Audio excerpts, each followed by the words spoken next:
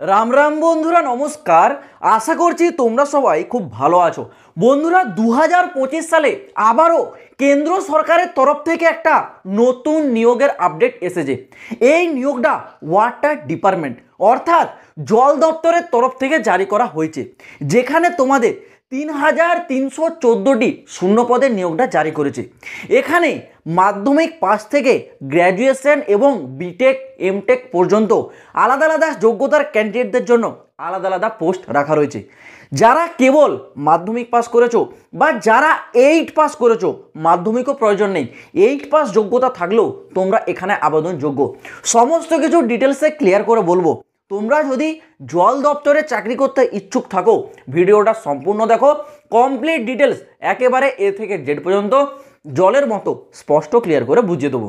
তো দেখো বন্ধুরা, ওয়াটার ডিপার্টমেন্ট নিউ রিক্রুটমেন্ট 2025, যেখানে টোটাল শূন্যপদের কথা কত বলেছে না, 3,314 যে শূন্যপদ, এটা কিন্তু অফিসিয়ালি আপডেট এসেছে হিন্দুস্তান নিউজ পেপার। দেখো স্ক্রিনশটটা লাগিয়ে দিচ্ছি। হিন্দুস্তান নিউজ পেপার তোমরা জানো আমাদের ভারতবর্ষের একটা বড় সড়ো নাম করা নিউজ পেপার, যেখানে এই নিয়োগের শূন্যপদটা উল্লেখ করে দিয়েছে 3,314টি। দেখো এখানে তোমাদের কি কি প্রকারে পোস্ট রেখেছে জল দপ্তরে, এক এক করে বলছি নামগুলো। দেখো আছে তোমাদের অ্যাসিস্ট্যান্ট ইঞ্জিনিয়ারের পোস্ট, আছে রিসার্চ অ্যাসিস্ট্যান্টের পোস্ট, এছাড়াও লো ক্লাস ক্লার্কের পোস্ট পেয়ে যাচ্ছ, ওয়াচম্যান ড্রাইভারের পোস্ট এবং ওয়ার্ক ইন্সপেক্টরের পোস্ট পেয়ে যাচ্ছ। পোস্ট ওয়াইজ কোয়ালিফিকেশন দেখো আলাদা আলাদা।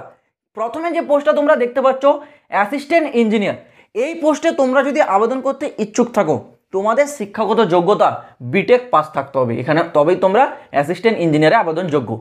পরবর্তী পোস্ট রিসার্চ ইঞ্জিনিয়ার, এই পোস্ট রিসার্চ অ্যাসিস্ট্যান্ট, এই পোস্টের জন্য আবেদন করতে গেলে এমটেক থাকতে হবে, সাথে সাথে এর এক্সপিরিয়েন্স থাকতে হবে। যেহেতু এই দুটো হাই লেভেলের পোস্ট, তো কোয়ালিফিকেশন একটু হাই লেভেলেরই চেয়েছে। নেক্সট পোস্ট থাকছে তোমাদের লো ক্লাস ক্লার্ক, এই পোস্টে আবেদনের জন্য সিম্পল 12 পাস, যারা কেবল উচ্চ মাধ্যমিক পাস করেছো তোমরা লো ক্লাস ক্লার্ক পোস্টে আবেদন যোগ্য।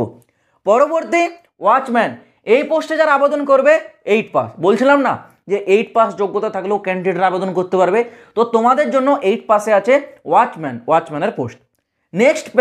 নেক্সট পোস্টের নাম আছে তোমাদের ড্রাইভার পোস্টটি দেখো যোগ্যতা 10 পাস এবং সাথে সাথে ড্রাইভিং লাইসেন্স থাকতে হবে HMB অ্যান্ড LMB।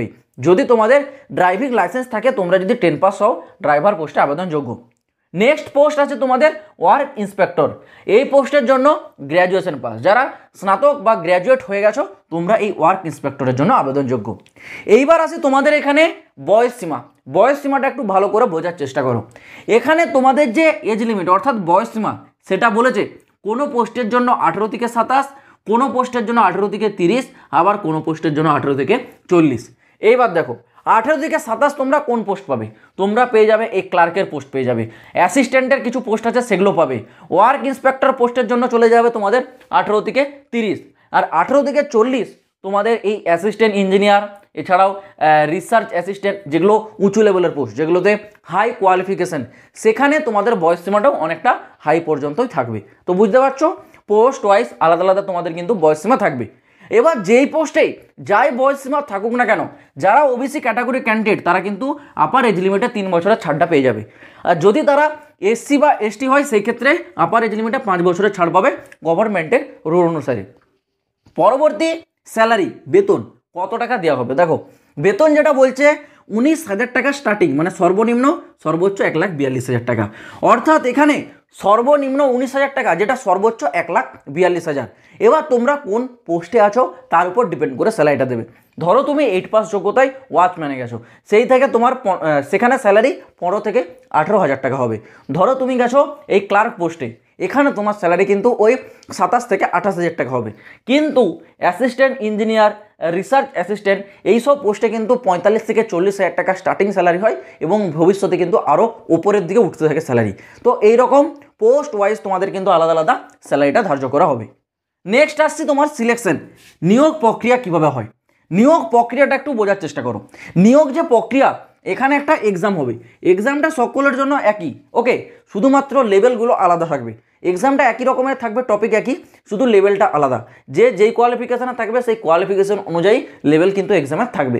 এক্সামটা ক্লিয়ার করবে, তারপর হবে ইন্টারভিউ। ইন্টারভিউ কিন্তু সব টেস্টের মানে সব পোস্টের জন্য নয়।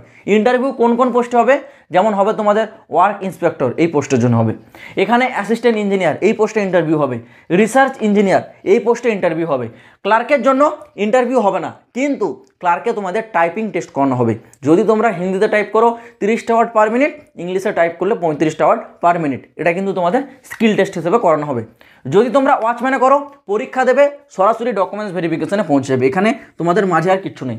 কিন্তু যদি তুমি ড্রাইভারে আবেদন করো, তোমাকে কিন্তু ড্রাইভিং টেস্ট দিতে হবে। পরীক্ষাটা দেওয়ার পর একটা ড্রাইভিং টেস্ট দিয়ে তারপর তোমার কিন্তু চাকরিতে জয়েন করতে পারবে। তো বুঝতে পারছো, এই হলো তোমাদের সিলেকশন প্রসেস। তো বন্ধুরা, এবার তোমাদের সবথেকে ইম্পর্টেন্ট পার্ট, ফর্মটা আবেদন এখানে কবে থেকে শুরু হবে। ভিডিওর প্রথমে আমি তোমাদের সেই অফিসিয়ালি যে নিউজ পেপারের নিউজ কাটিং সেটা দেখালাম, যেটা হিন্দুস্তান নিউজ পেপার তরফ থেকে জারি করা হয়েছে। ওখানে উল্লেখ করা হয়েছে টোটাল শূন্যপদ 3314, অর্থাৎ 3314টি টোটাল শূন্যপদ রেখেছে। কিন্তু এই নিয়োগের ফর্মটা আবেদন কবে থেকে শুরু হবে সেই ডেটটা এখনও কিন্তু উল্লেখ করা হয়নি। তবে তোমরা টেনশন নিও না, কারণ এই যে আবেদন, এটা পুরো সম্ভাবনা রয়েছে আগামী মে মাস। ওকে, আগামী মে মাস থেকে তোমাদের কিন্তু এর আবেদন শুরু হবে। আজ কিন্তু এপ্রিলের 30 তারিখ, অর্থাৎ আজ হলেই কিন্তু এপ্রিল মাস শেষ, এবার শুরু হয়ে যাচ্ছে মে মাস। এই মে মাসের 3rd উইক মানে শেষের সপ্তাহেই এই নিয়োগ সংক্রান্ত নোটিফিকেশান আউট হবে এবং তোমাদের ফর্ম আবেদনও শুরু হবে। তো আমি তোমাদের আগাম জানিয়ে দিলাম, তোমরা এখন থেকে প্রিপারেশন নিয়ে রাখো। যখনই এই সংক্রান্ত নোটিফিকেশান আসবে, সবথেকে আগে আপডেট তোমরা কিন্তু এই চ্যানেলে পাবে। যারা এখনও এই চ্যানেলটা সাবস্ক্রাইব করোনি, অবশ্যই তোমরা চ্যানেলটাকে সাবস্ক্রাইব করে রেখে চ্যানেলটার সাথে যুক্ত থাকবে। তো চলো বন্ধুরা, আজ ভিডিওটা এই পর্যন্ত থাক। দেখা হবে আবার পরের ভিডিওতে নতুন কোনো আপডেটের সাথে। জয় হিন্দ, বন্দে মাতরম।